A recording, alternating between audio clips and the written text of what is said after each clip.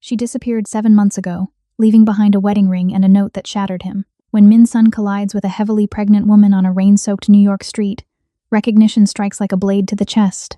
Clara, the wife who vanished without a trace. But the timeline doesn't lie, and the child she's carrying unravels every truth he thought he knew. This is a story about the secrets that hunt us, the manipulations that cage us, and the love that refuses to break even when the world conspires against it. Hello, fam. Welcome back to Afro-Korean Heartbeat Stories. If you're ready for a dark mafia romance packed with jaw-dropping plot twists that'll keep you glued to the screen, hit that subscribe button right now. And drop a comment telling us, are you Team Trust No One or Team Love Conquers All? Plus, let us know what city you're watching from. Your support means the world to us. Now, let's dive in. The collision happened in a breath. One moment, Clara Jones was weaving through the rain-slicked crowd of Times Square, her hand pressed protectively against the weight of her 8-month belly, her thin coat doing almost nothing against the November cold. The next, she'd slammed into something immovable, warm, solid, and devastatingly familiar. Her small tote bag hit the wet pavement, scattering crumpled receipts, loose coins, and the fragments of a life she'd been desperately hiding. I'm so sorry. I wasn't. The words died in her throat. The scent reached her first. Sandalwood, tobacco, and something darker. Power, danger, the kind of cologne that lingered in silk sheets and shadowed penthouses. Her pulse stuttered. She knew before she looked up. Her gaze traveled slowly, unwillingly, from the Italian leather shoes that gleamed even in the rain, up the tailored charcoal suit that fit like a second skin, past the black wool coat draped over broad shoulders, to the tattooed hand that had reached out to steady her, and then, finally, to his face. Min-sun stood frozen on the crowded sidewalk, his dark eyes blown wide with something that looked like devastation. 7 months had carved him into something sharper, something colder. His jet-black hair was longer now, slicked back from a face that had lost every trace of softness. There were new lines around his mouth, shadows beneath his eyes that spoke of sleepless nights and desperate searches. He looked like a man who'd been hunting ghosts, and he'd just found one, Clara. Her name fell from his lips like a prayer, like a curse, wrapped in the rough edges of his Korean accent.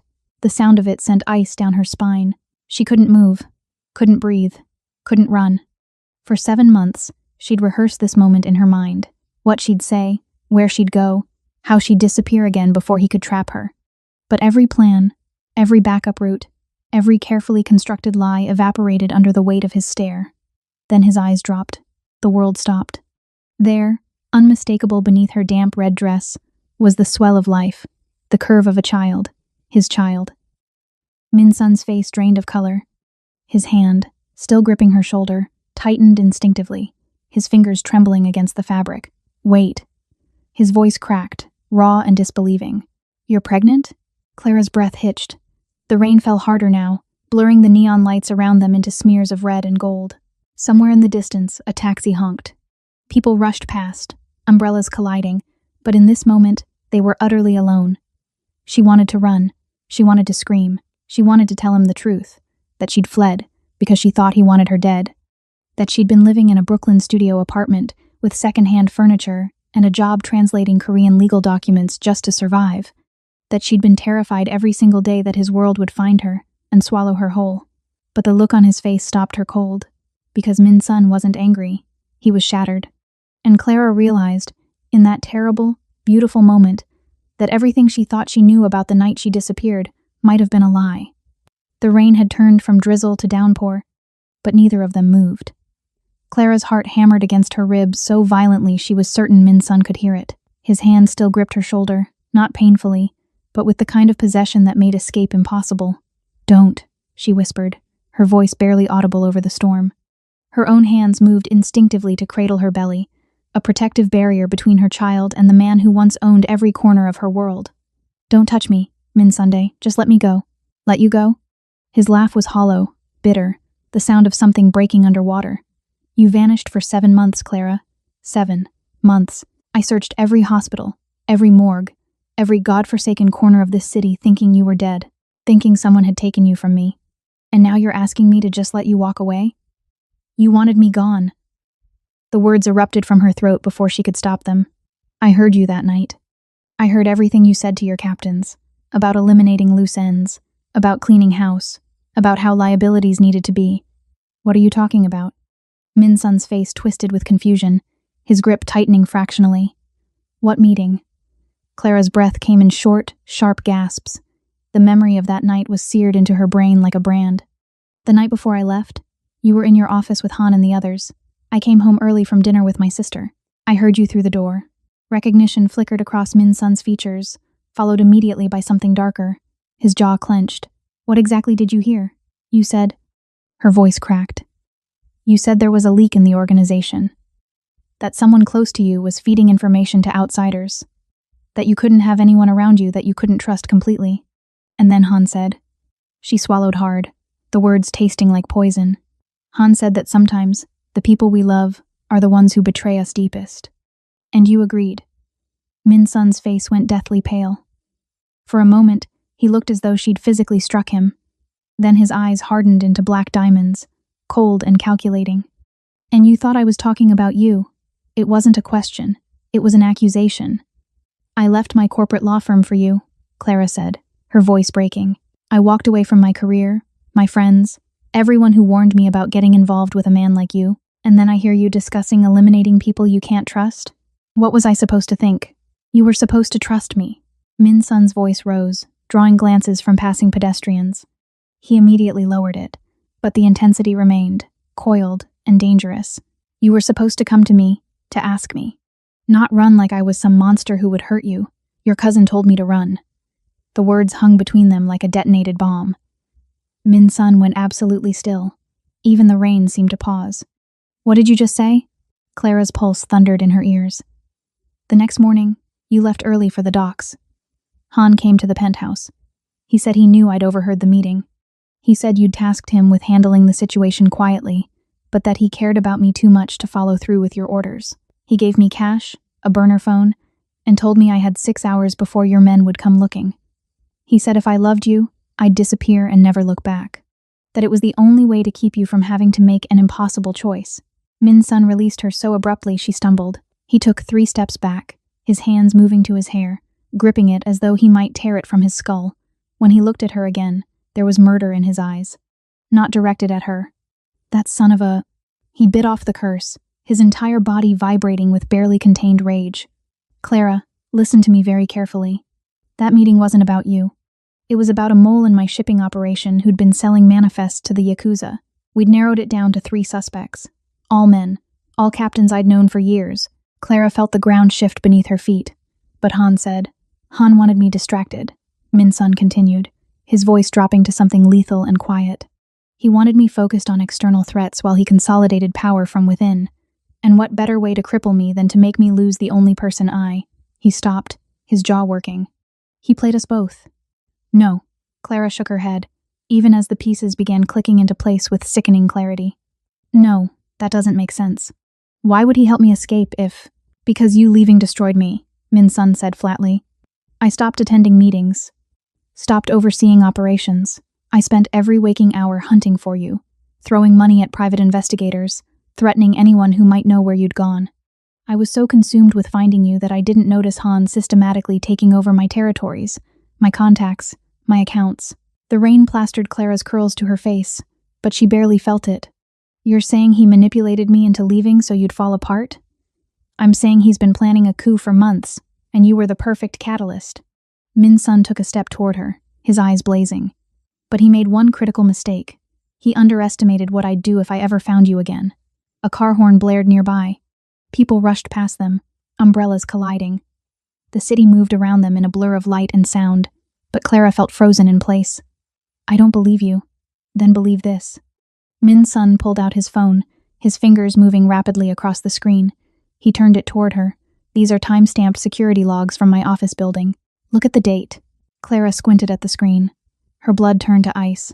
The meeting she'd overheard, the one that had sent her fleeing into the night, had taken place on March 15th. But according to these logs, Min Sun hadn't been in his office that night. He'd been at a charity gala across town. There were photos, timestamps. Proof. That's impossible, she breathed. I heard your voice. I heard you talking through the door. You heard a recording, Min Sun said coldly. Han had been collecting audio of me for months, splicing together sentences, creating conversations that never happened. He knew you'd come home that night. He knew you'd hear it. He staged the entire thing. Clara's knees buckled. Min Sun caught her before she hit the pavement, his arms wrapping around her with a gentleness that contradicted the fury radiating from every line of his body. "Easy," he murmured, his lips close to her temple. "Breathe." But she couldn't breathe, because if what he was saying was true, then everything, the fear, the hiding, the 7 months of looking over her shoulder, had been based on a lie. A carefully constructed, deliberately cruel lie. "He told me you'd moved on," Clara whispered against Min Sun's chest. "2 months after I left, he sent me a text from an unknown number.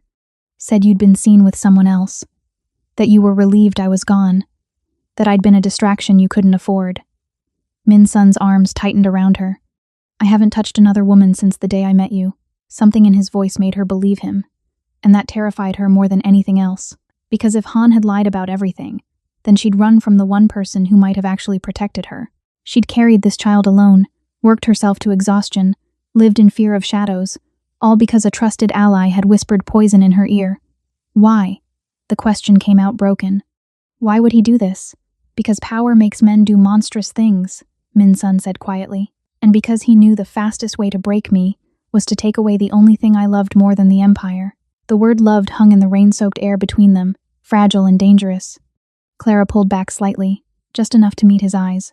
"I need proof, more than logs and theories. If you're telling the truth, then I need to see it, all of it." A slow, predatory smile curved Min Sun's lips. It wasn't a kind expression. It was the smile of a man who'd been waiting for permission to unleash hell.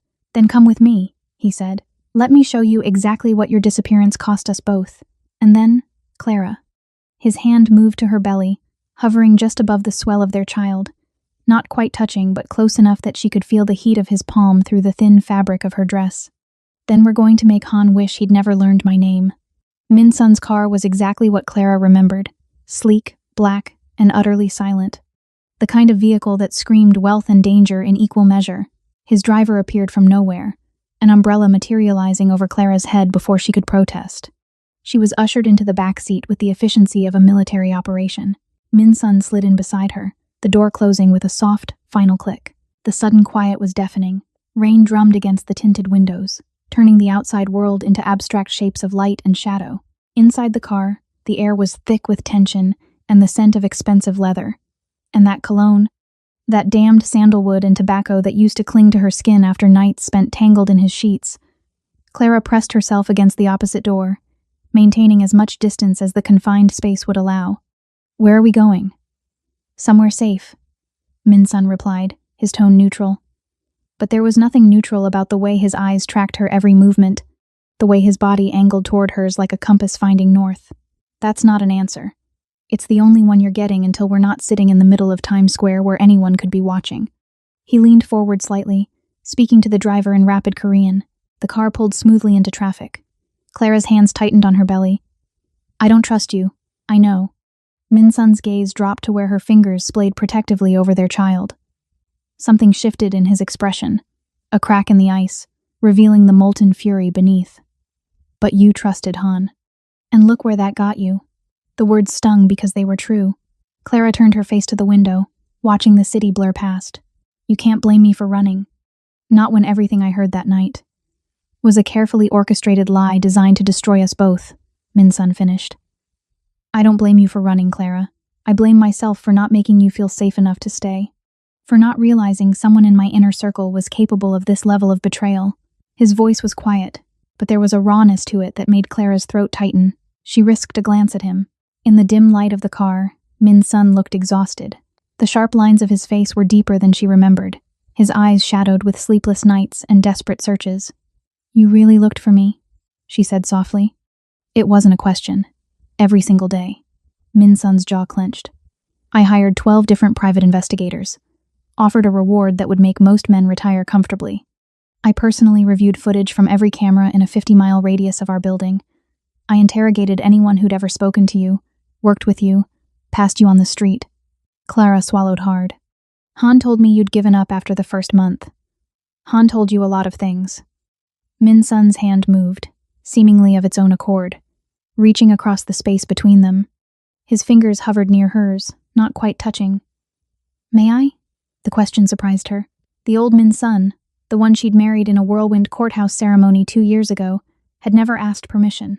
He'd taken, claimed, possessed. This version, this man who looked at her like she might shatter at any moment, was unfamiliar territory. Slowly, carefully, Clara nodded. Min Sun's hand settled over hers where it rested on her belly. His palm was warm, his touch impossibly gentle. For a moment, neither of them moved. Then Clara felt it, the sharp, unmistakable kick of their son against Min Sun's hand. The effect was instantaneous. Min Sun's breath caught. His eyes went wide, the carefully constructed mask slipping entirely. "Is that your son?" Clara whispered. "He's active at night, keeps me up constantly." Min Sun's thumb traced a slow circle on her belly, and the baby kicked again, as though responding to his father's presence. Clara watched emotions flicker across Min Sun's face too quickly to name: wonder, grief, rage, love, all of it raw and unguarded. "I missed this," he said hoarsely. "I missed all of it. 7 months of you carrying him, feeling him grow, knowing he's alive and real, and..." His voice broke. "Han stole that from me, from us." The fury in those last words was volcanic. It made Clara's pulse spike with something that wasn't entirely fear. Because she'd forgotten this about Min Sun, the intensity of his love was matched only by the absoluteness of his vengeance. He didn't just care, he consumed. And right now, with his hand on her belly and murder in his eyes, Clara realized the most dangerous man in New York wasn't the Mafia boss who ruled through fear. It was the father who'd just discovered someone had tried to steal his family. The car turned down a narrow street, slowing in front of a building Clara didn't recognize. It was elegant in that old money way, all Art Deco facades and brass fixtures, but clearly secured. Cameras at every entrance. A doorman who moved like ex-military. "This isn't the penthouse," Clara said warily. "No," Min Sun agreed. "That place is compromised. Han knows every entrance, every camera, every blind spot. I bought this building 3 months ago under a shell corporation. No one knows I own it. No one except my head of security, who I trust with my life." He helped her out of the car with that same careful gentleness, his hand at the small of her back as they moved through the lobby. Clara was acutely aware of his proximity, the heat of his body so close to hers. The doorman nodded respectfully but didn't speak. They were in an elevator before Clara could fully process where they were going. The doors closed, sealing them in. Min Sun hit the button for the penthouse level, then turned to face her fully. In the confined space, he was overwhelming. All sharp suits and sharper edges, the tattoo on his neck visible above his collar. That phoenix. The one that matched the smaller version Clara had gotten on her ribcage during their honeymoon in Jeju Island. "I need you to understand something," Min Sun said, his voice low and deliberate. "When we get upstairs, I'm going to show you evidence that will make you want to tear Han apart with your bare hands. Financial records, text messages, recorded conversations. All of it proving he's been systematically dismantling everything I built while feeding us both lies." Clara's breath hitched. "Why are you telling me this?" "Because I need to know that when you see it, when you realize the full scope of what he's done, you won't run again." His eyes burned into hers. "I need to know you'll stay long enough for me to fix this. To protect you and our son. To make Han pay for every moment of fear he put you through." The elevator chimed softly, announcing their arrival. But neither of them moved. "You're asking me to trust you," Clara said slowly. "After everything. I'm asking you to let me prove I'm worth trusting." Min Sun's hand came up, his fingers grazing her cheek with devastating tenderness. "I'm asking you to give me a chance to be the father our son deserves, the husband I should have been from the beginning." Clara's eyes stung. She wanted to say yes, wanted to believe this could somehow work. But the fear Han had planted in her heart had roots that ran deep. "And if I can't?" she whispered.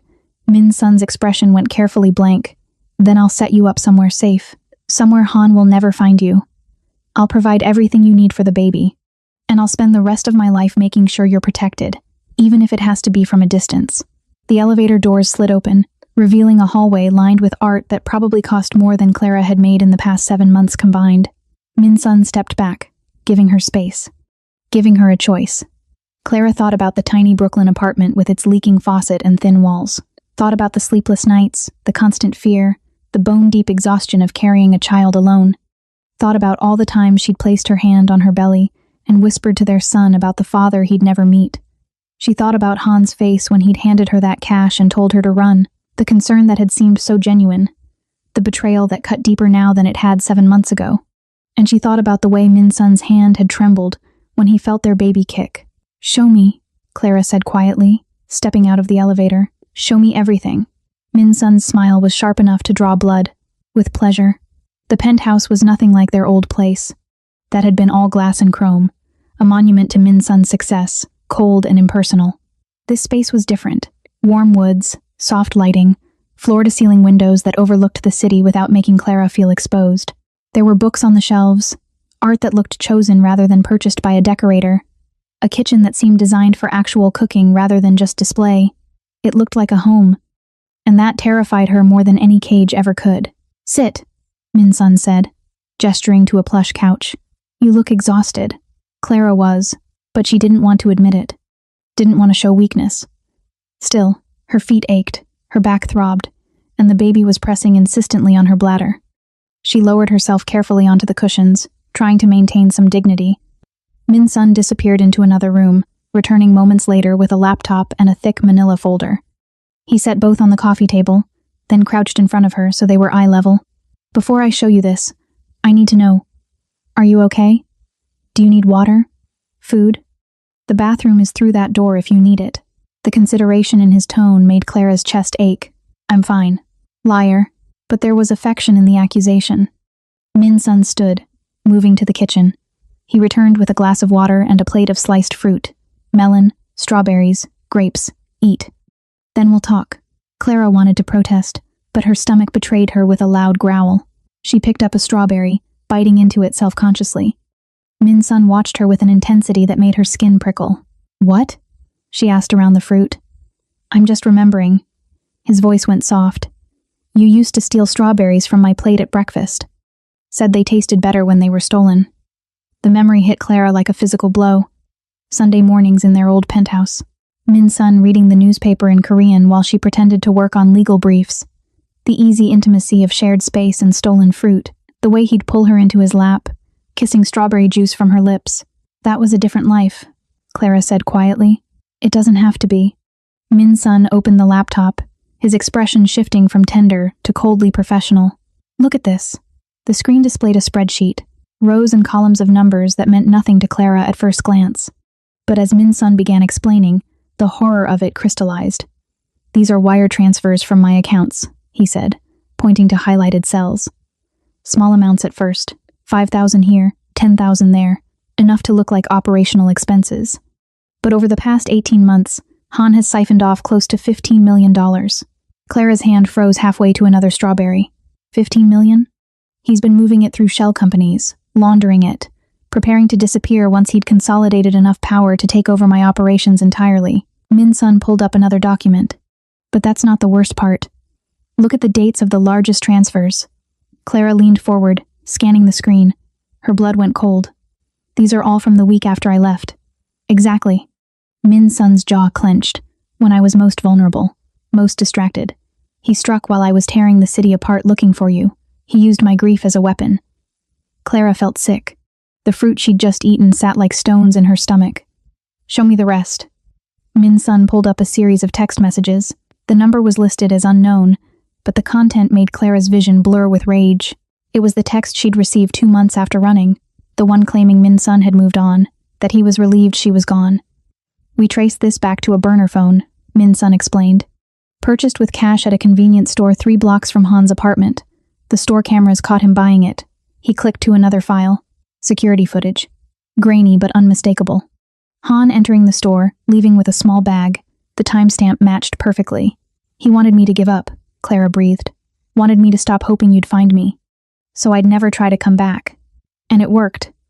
There was no accusation in Min Sun's tone, only grim acknowledgement. "You vanished so completely, even my best investigators couldn't find you.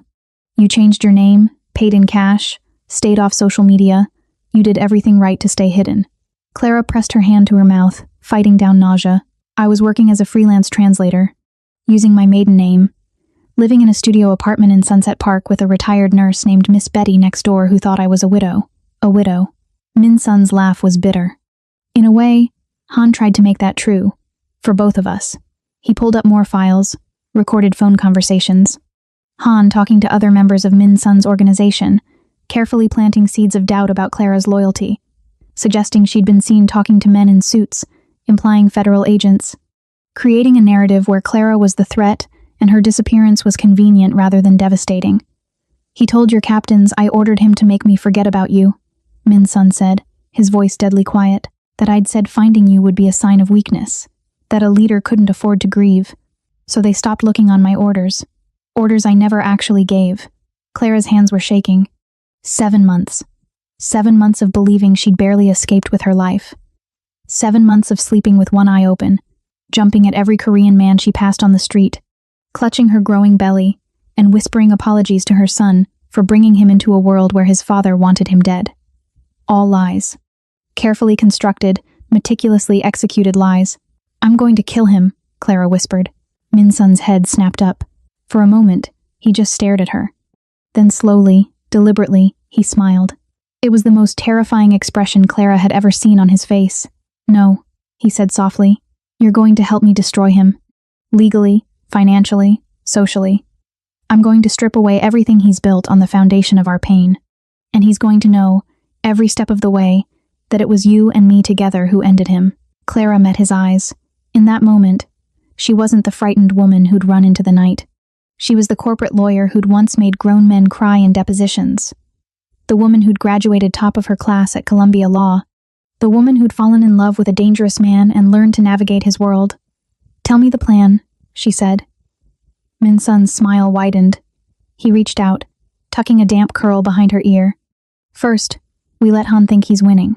We let him believe I'm too distracted by finding you to notice his final play. He's planning to call a meeting of the elders next week, a formal challenge to my leadership. He has evidence prepared. Falsified documents showing financial mismanagement, failed operations, even fabricated proof that I've been compromised by federal investigations. Can he actually take over?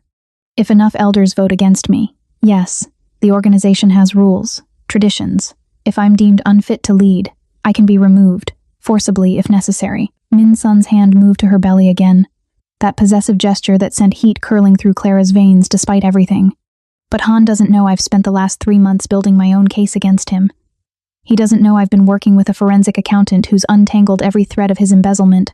And he definitely doesn't know I found you." Clara's mind raced, falling back into the analytical patterns of her lawyer days. "He'll have people watching you. If I'm seen with you before the meeting, then he'll panic and accelerate his timeline." "Exactly." Min Sun pulled out his phone, pulling up a photo. "Which is why you're not going to be seen with me. You're going to be seen with him." The photo showed a restaurant, upscale, intimate. The kind of place Han favored for business dinners. Clara's stomach turned. "You want me to meet with him? I want you to destroy him from the inside." Min Sun's eyes glittered with cold calculation. "Call him. Tell him you heard he's been handling family business in my absence. Tell him you need money, that you're scared, that the baby's coming soon and you don't know what to do.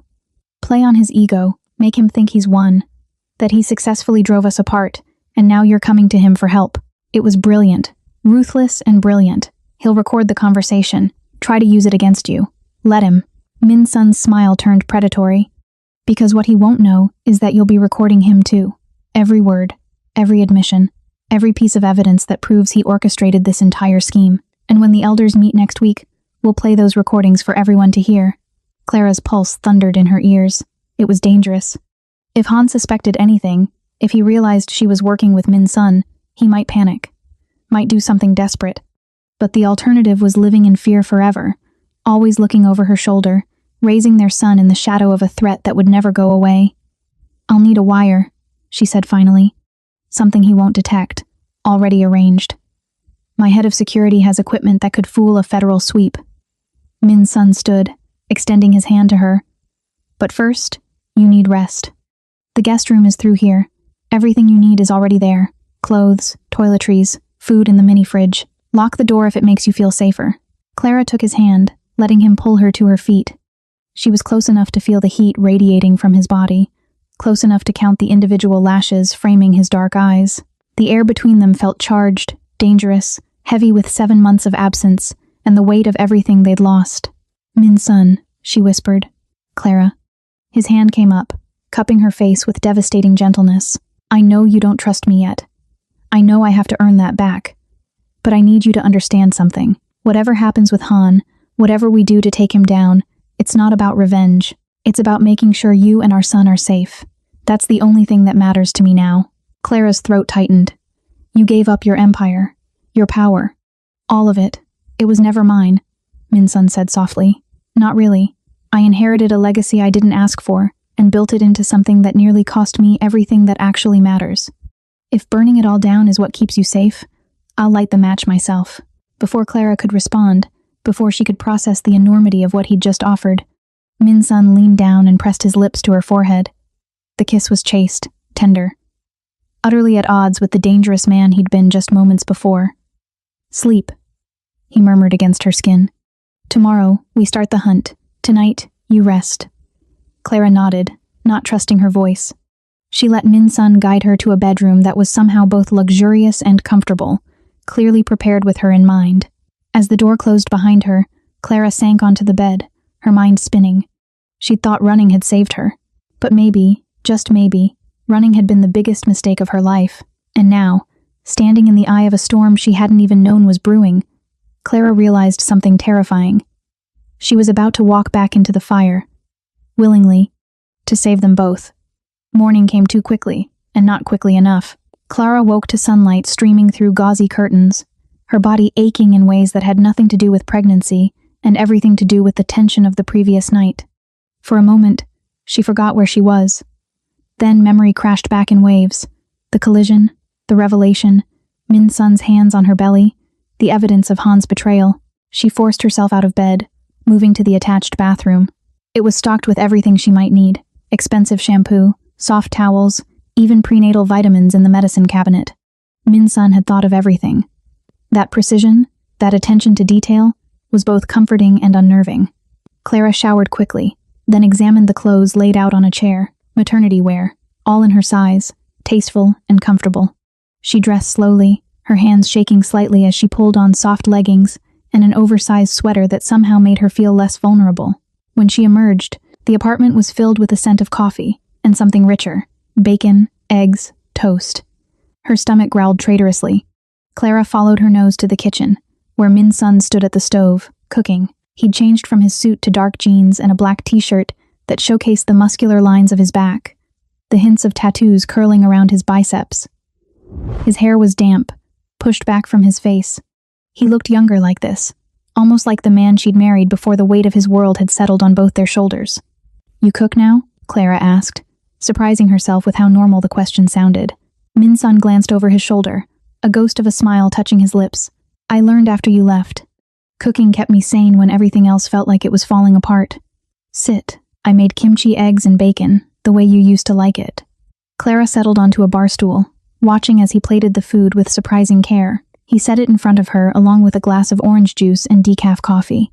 "The coffee is safe for the baby," I checked. The consideration made her chest tight. "Thank you." They ate in comfortable silence, the kind that spoke of old familiarity trying to resurface.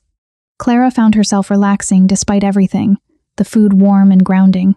Min-sun ate mechanically, his mind clearly elsewhere, calculating and planning.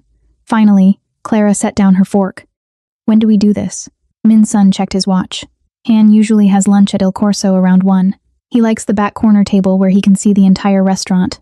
"We'll call him in an hour, set up a meeting for this afternoon. The sooner we move, the less time he has to suspect anything." Clara's pulse quickened. "And the wire? My security chief is on his way. He'll fit you with a device that looks like a fitness tracker, heart rate monitor for pregnant women. Completely undetectable unless Han physically removes it from your wrist, which he won't do. It'll record everything and transmit directly to me in real time."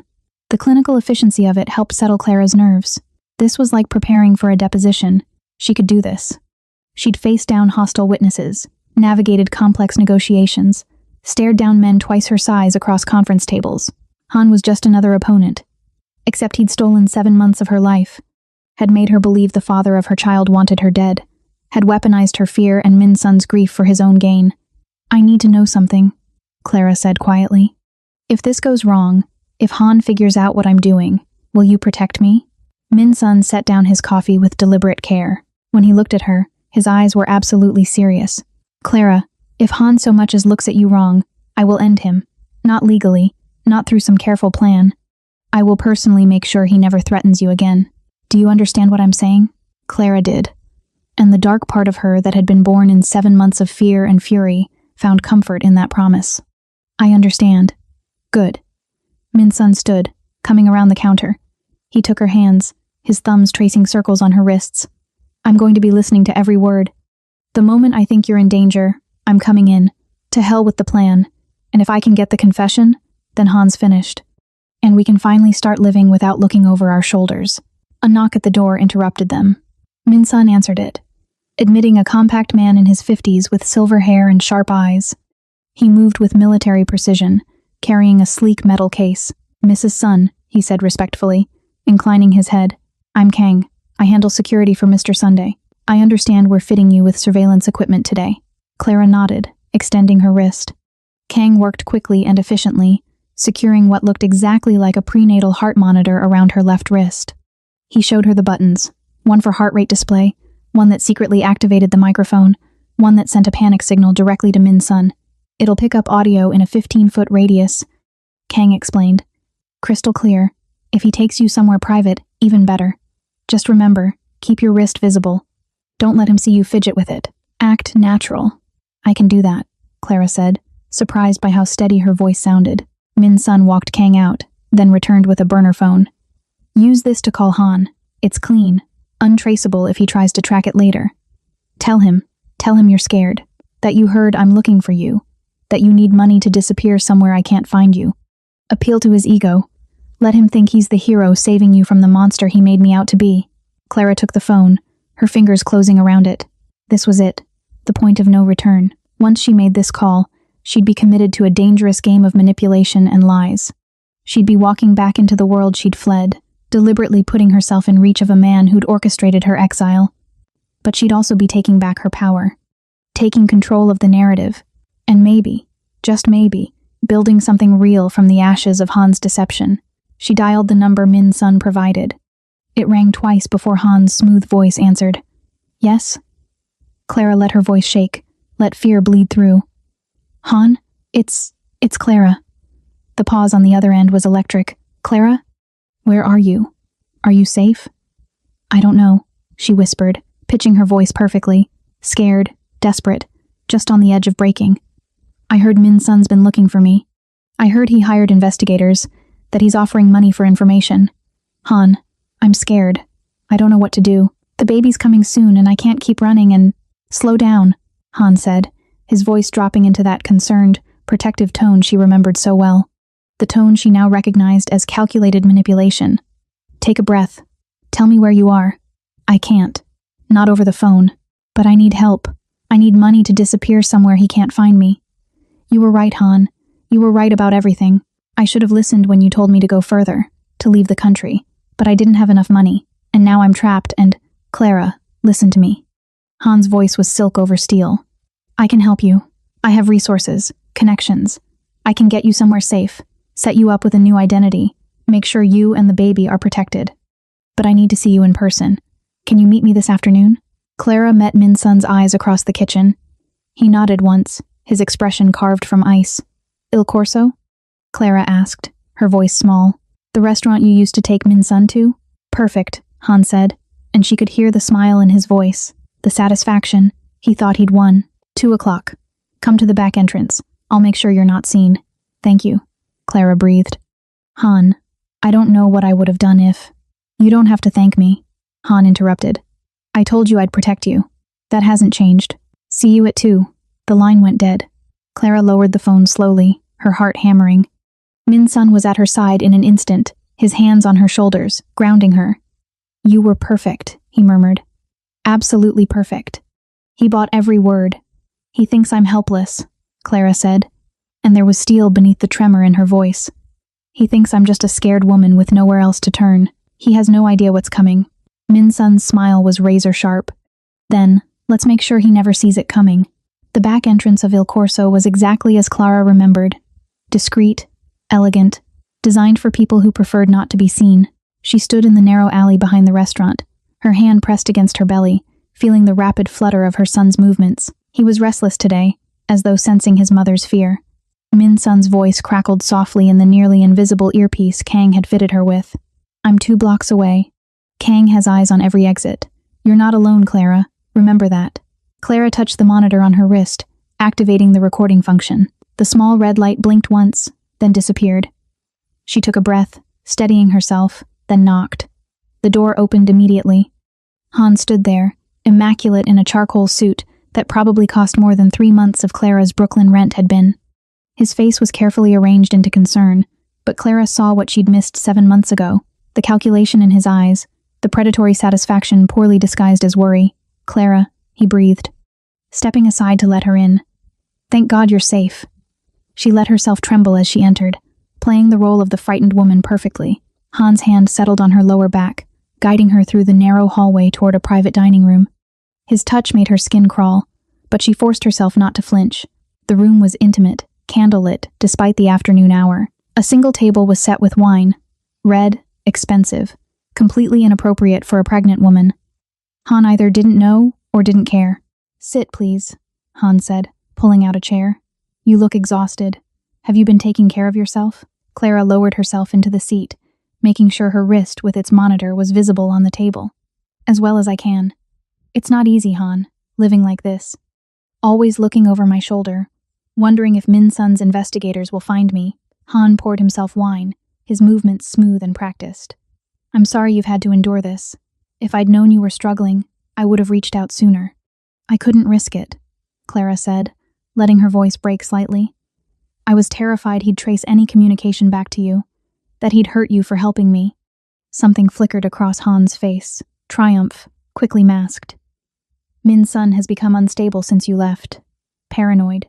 He's been making reckless decisions, alienating allies, bleeding money on fruitless searches. The elders are concerned."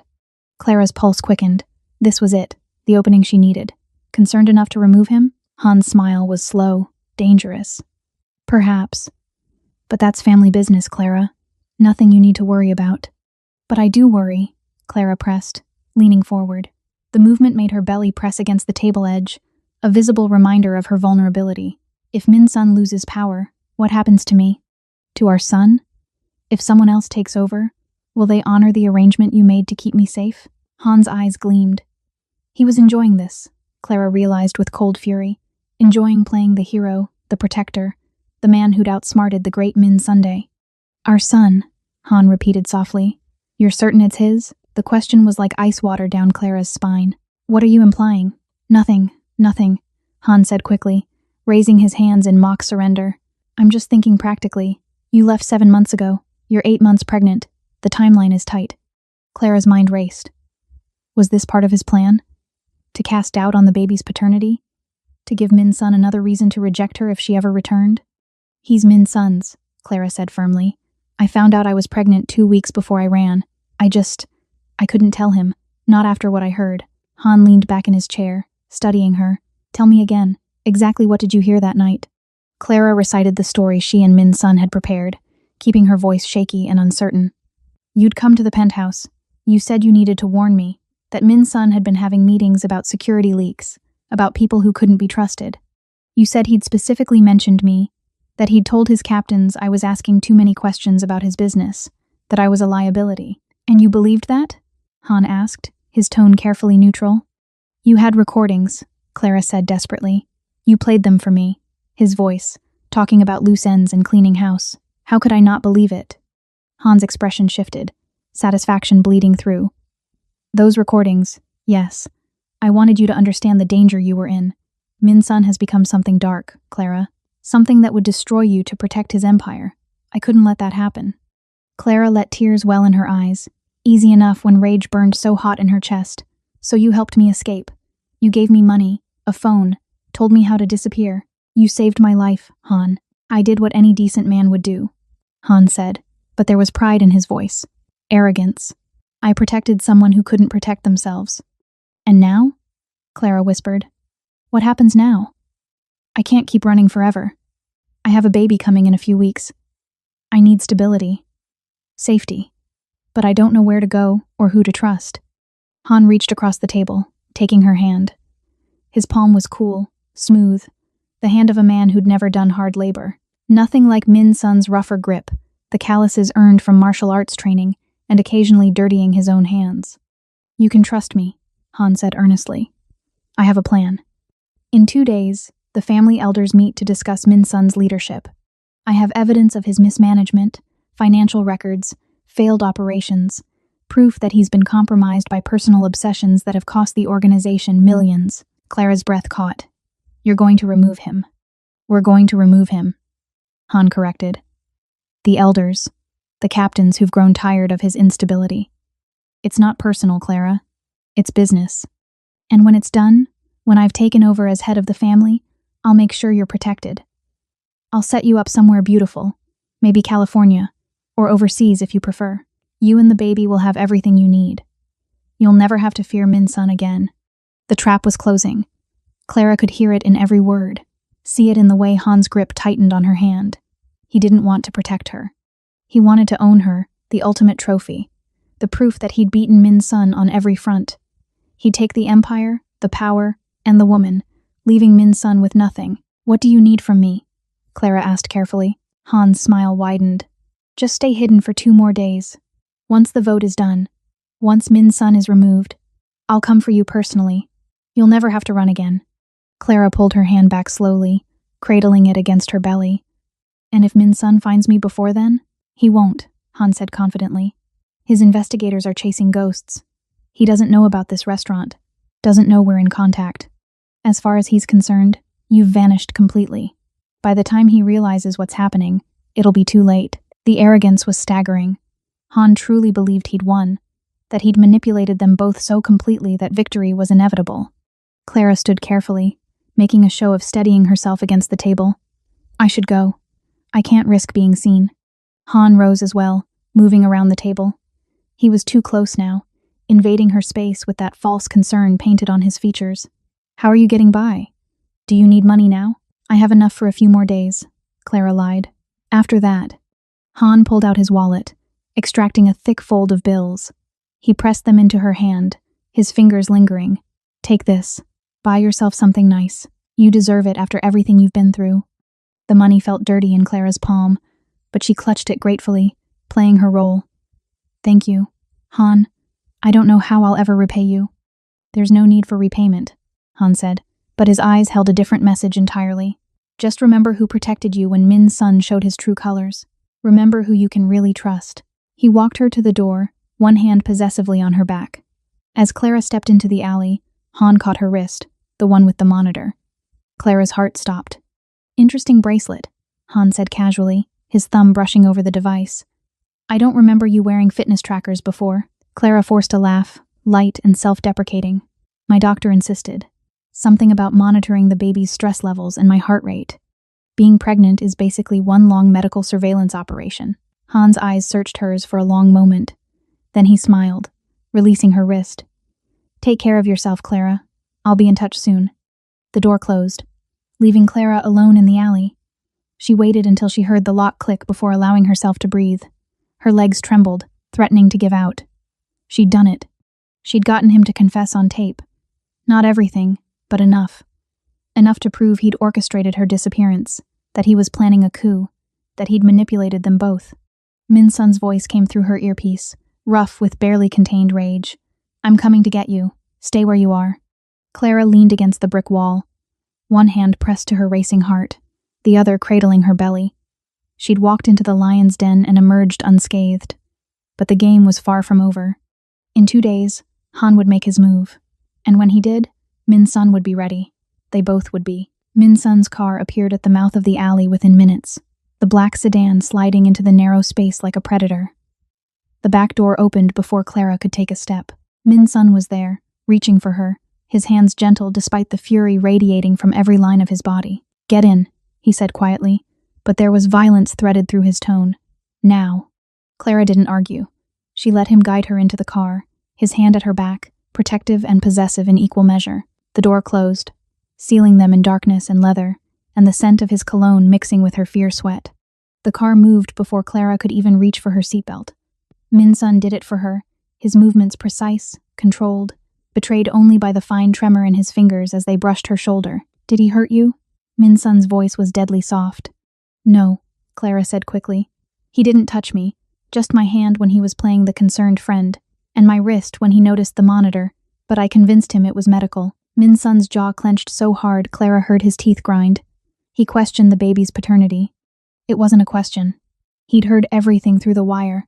Every poisonous word Han had spoken. Yes, he's trying to give me an out, Min Sun said, his laugh bitter and sharp. A reason to reject you both if you ever came back. Making sure I'd doubt. Making sure the damage would be permanent, even if we found each other again. Clara turned to look at him properly in the dim light of the car. Min Sun's face was carved from stone, his eyes black fire, his hands fisted on his thighs like he was physically restraining himself from turning the car around and finishing what they'd started. He confessed, Clara said, pulling the conversation back to solid ground. Not everything, but enough. He admitted to the recordings, to helping me escape, to planning the coup. We have him. We have pieces, Min Sun corrected, but not enough to convict him in front of the elders. They'll want concrete evidence of the embezzlement, the falsified records, the audio manipulation.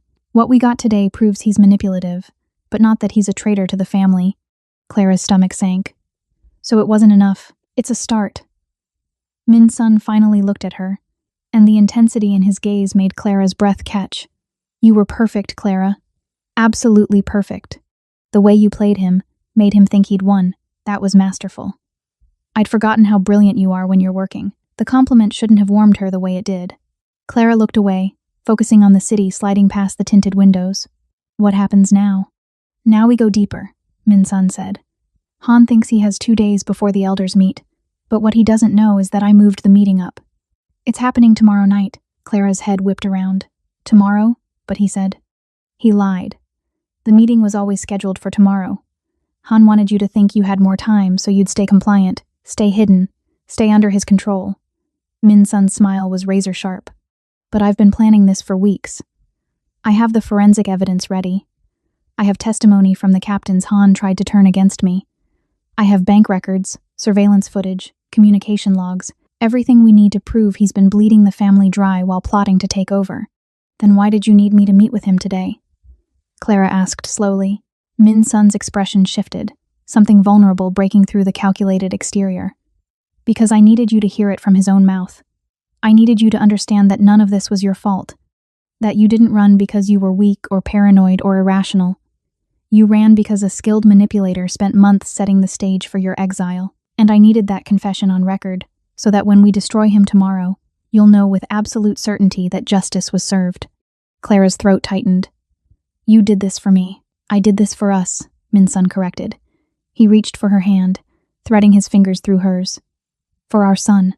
For the life we should have had these past 7 months. For every moment Han stole from us. The car pulled into an underground garage Clara didn't recognize. Private, heavily secured. The kind of place where secrets were kept and plans were made. Min Sun helped her out, his hand lingering at her waist. Where are we? Safe house, Min Sun said. Different from the penthouse. This is where I've been coordinating everything. The evidence room is here. I want you to see it. Everything I've compiled against Han. You deserve to know the full scope of his betrayal. He led her through a reinforced door, down a hallway lined with security cameras, into a large room that looked like something from a crime thriller. Whiteboards covered with timelines and connections. File boxes stacked against walls. Computer monitors displaying spreadsheets and bank records, and surveillance footage frozen mid-frame. In the center of it all was a table covered with folders. Min Sun moved to it, picking up a thick manila envelope. This is everything, he said quietly. 18 months of embezzlement, 47 instances of falsified communications, security footage proving he purchased burner phones and hired people to impersonate federal agents, audio files showing the original recordings he used to create those fake conversations you overheard, testimony from 3 different captains admitting Han approached them about supporting a leadership change. Clara moved closer, her eyes scanning the evidence. It was overwhelming, meticulous, comprehensive, damning. How long have you known? I started suspecting 3 months after you left, Min Sun admitted. Small things at first. Money moving in ways that didn't make sense. Captains reporting conversations I knew I'd never had. Han being overly helpful with my search for you, while simultaneously suggesting I was wasting resources. But I couldn't prove anything until I brought in outside investigators. People Han didn't know about, couldn't compromise. Clara picked up one of the folders, flipping through bank statements marked with highlighter. The amounts were staggering. He stole millions. 15.3 million, to be exact, Min Sun said. Enough to fund his own operation once he took over. Enough to buy loyalty from captains who were struggling financially. He was building an empire within my empire, and he used our relationship as the wrecking ball to bring mine down. Clara set the folder down with shaking hands. 7 months. 7 months of thinking she'd escaped a monster, when really she'd been running from a ghost created by someone she'd trusted. 7 months of poverty and fear and loneliness, all while Han had been systematically dismantling the life she and Min Sun had built. I want to be there tomorrow, Clara said quietly. When you present this to the elders, I want to see his face when he realizes we know everything. Min Sun moved closer, his hand cupping her face with devastating tenderness. Clara, these meetings can get violent. If Han feels cornered, then I'll be the reminder of exactly what he tried to destroy, Clara interrupted, her voice steel wrapped in silk. I'll stand there with your child in my belly and show every elder in that room what he did to us. They need to see me, Min Sunday. They need to understand this wasn't just financial betrayal or political maneuvering. This was personal. This was cruel. And I deserve to watch him fall. Something shifted in Min Sun's expression. Pride, desire, a dangerous kind of love that had no place existing in the middle of a war room. His thumb traced her lower lip, and Clara's breath caught at the intimacy of the gesture. You're not the same woman who left 7 months ago, he murmured. No, Clara agreed. I'm not. That woman was naive enough to run without asking questions. This woman knows how to fight. Min Sun's lips curved into a smile that was all darkness and promise. Then let's make Han regret he ever learned your name. The meeting room was designed to intimidate. Vaulted ceilings, mahogany walls, a massive table that could seat 20 but tonight held only 12. The elders of Min Sun's organization, men who'd built empires in shadows and blood. They sat in judgment, their faces carved from years of violence and hard decisions. Clara stood at Min Sun's side, her hand resting on her belly, her head held high. She'd dressed carefully.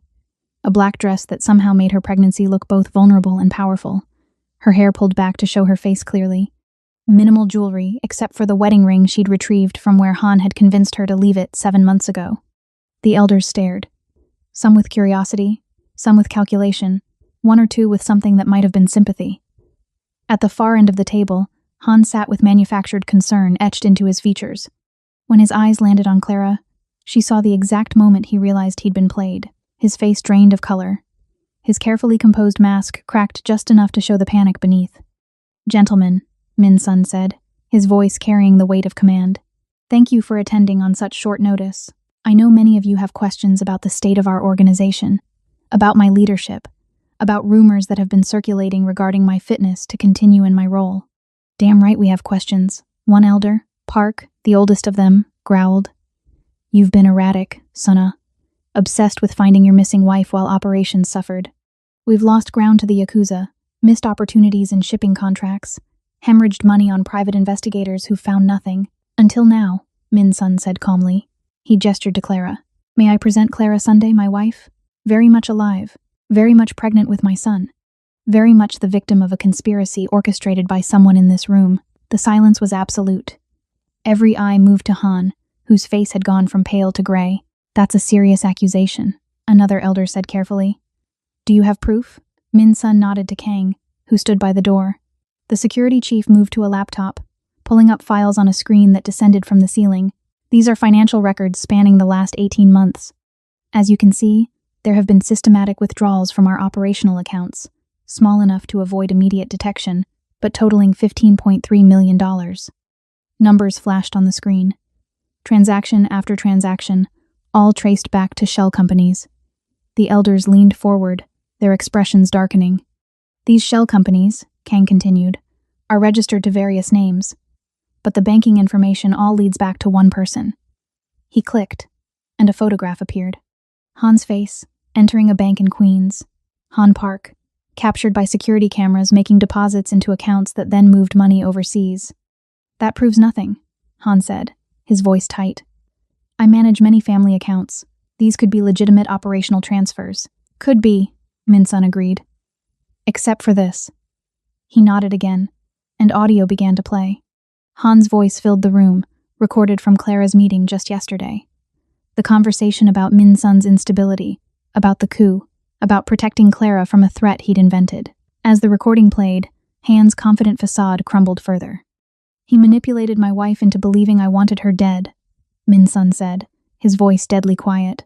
He created false evidence, staged conversations, even went so far as to hire people to impersonate federal agents, all to make Clara run, all to destabilize me emotionally so I would be vulnerable to his takeover attempt. Clara stepped forward, her voice clear and strong. He came to me 7 months ago and played recordings of conversations he claimed were about eliminating me. He gave me cash and told me I had hours to disappear before Min Sun's men would come for me. I believed him because he was family, because I trusted him. She paused, letting that sink in. I spent 7 months hiding in poverty, working minimum wage jobs, terrified for my life and my unborn child, all because Han wanted power and saw my relationship with Min Sun as an obstacle to remove. The elders' faces were stone, but Clara saw the calculation in their eyes. This wasn't just about money or power. Han had violated one of their core principles: family protected family.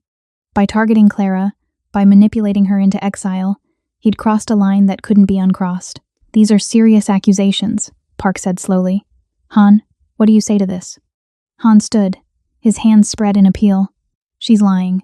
This is clearly a performance orchestrated by Min Sun to discredit me because he knows I've been advocating for reform, for— Explain the bank accounts, another elder interrupted coldly.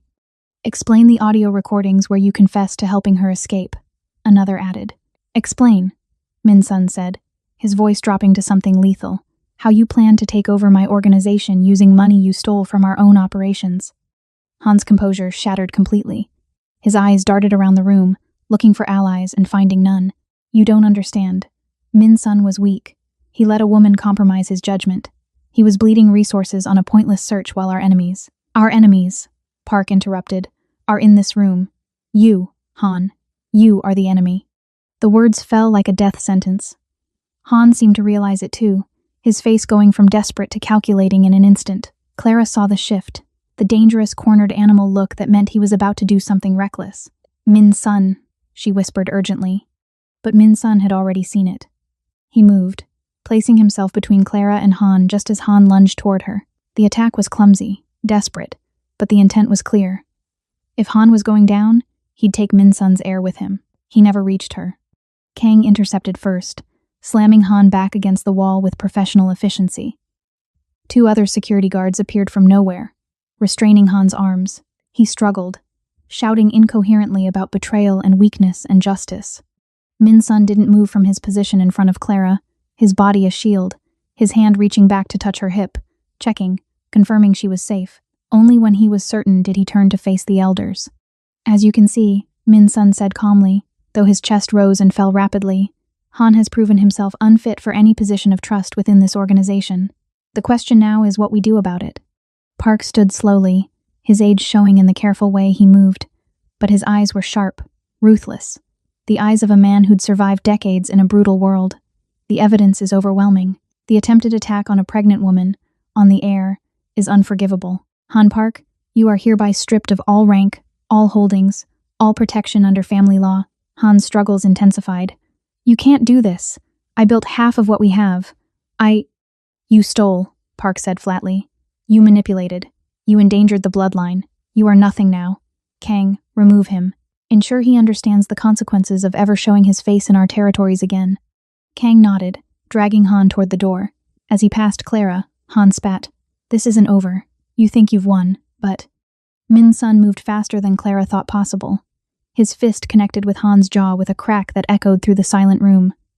Han slumped in Kang's grip, unconscious. It's over, Min Sun said quietly. The moment you tried to touch my wife and child, it was over. Kang dragged Han's limp form out. The door closed, leaving weighted silence in its wake. Park turned to Min Sun, his expression unreadable. You've proven your point. The crisis was manufactured.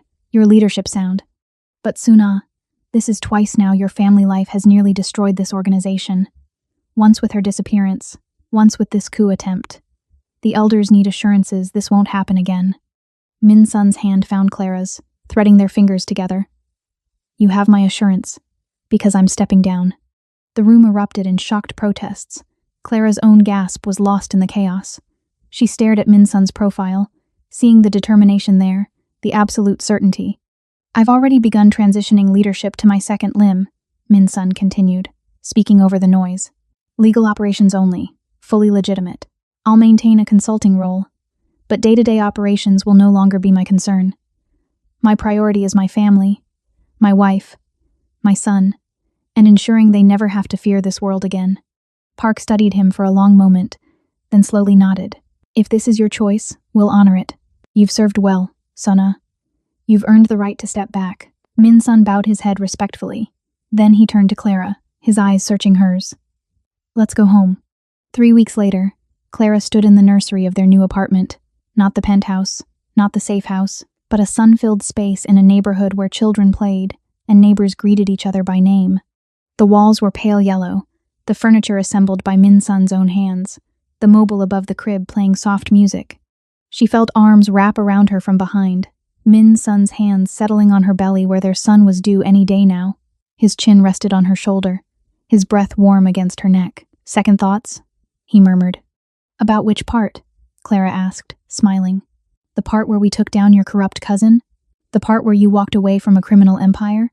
Or the part where we're about to become parents? Any of it. Min Sun's hands traced slow circles on her stomach.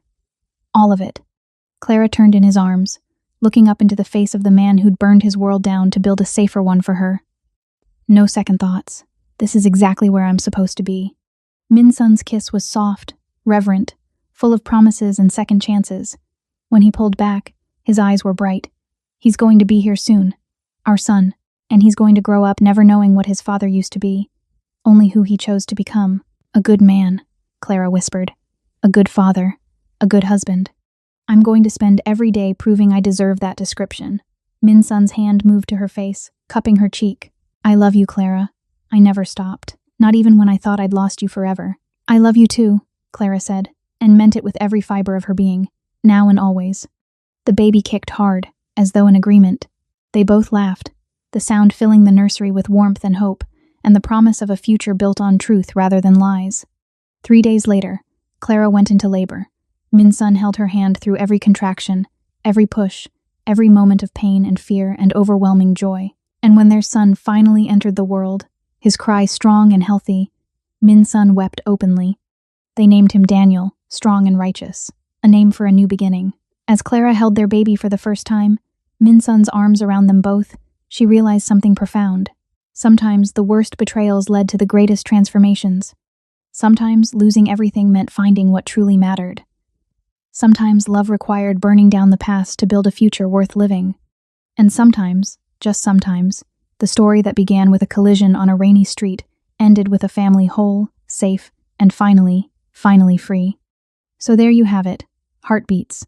A love forged in deception, tested by betrayal, and ultimately stronger for having survived both. Min Sun and Clara's story proves that sometimes the most dangerous game is the one played for love. Did they make the right choices? Could you forgive someone after 7 months of manipulation? And more importantly, do you believe Han got what he deserved? Or did he deserve worse? Drop your thoughts in the comments below. We read every single one, and your theories fuel these stories. If you're watching from Lagos, London, New York, Tokyo, or anywhere else in the world, shout out your city. Let us know where the Afro-Korean Heartbeat Stories family is tuning in from. Now here's the thing, fam. This is just the beginning. Because what happened to Han after Kang dragged him out of that meeting? Where did they take him? And what about the other members of Min Sun's former organization? Do they all accept his departure? Or are there others plotting in the shadows, waiting to strike at the family he's trying to protect? If you want part 2, if you want to see Clara and Min Sun navigate parenthood while old enemies resurface and new threats emerge, you need to let us know, right now. Smash that like button if this story had you on the edge of your seat. Hit subscribe so you don't miss what comes next. And drop part 2 inches the comments if you're ready for the next chapter in this dark romance saga. Because trust me, this story is far from over. See you in the next one, Heartbeats. Stay dangerous, stay in love, and always, always trust your instincts.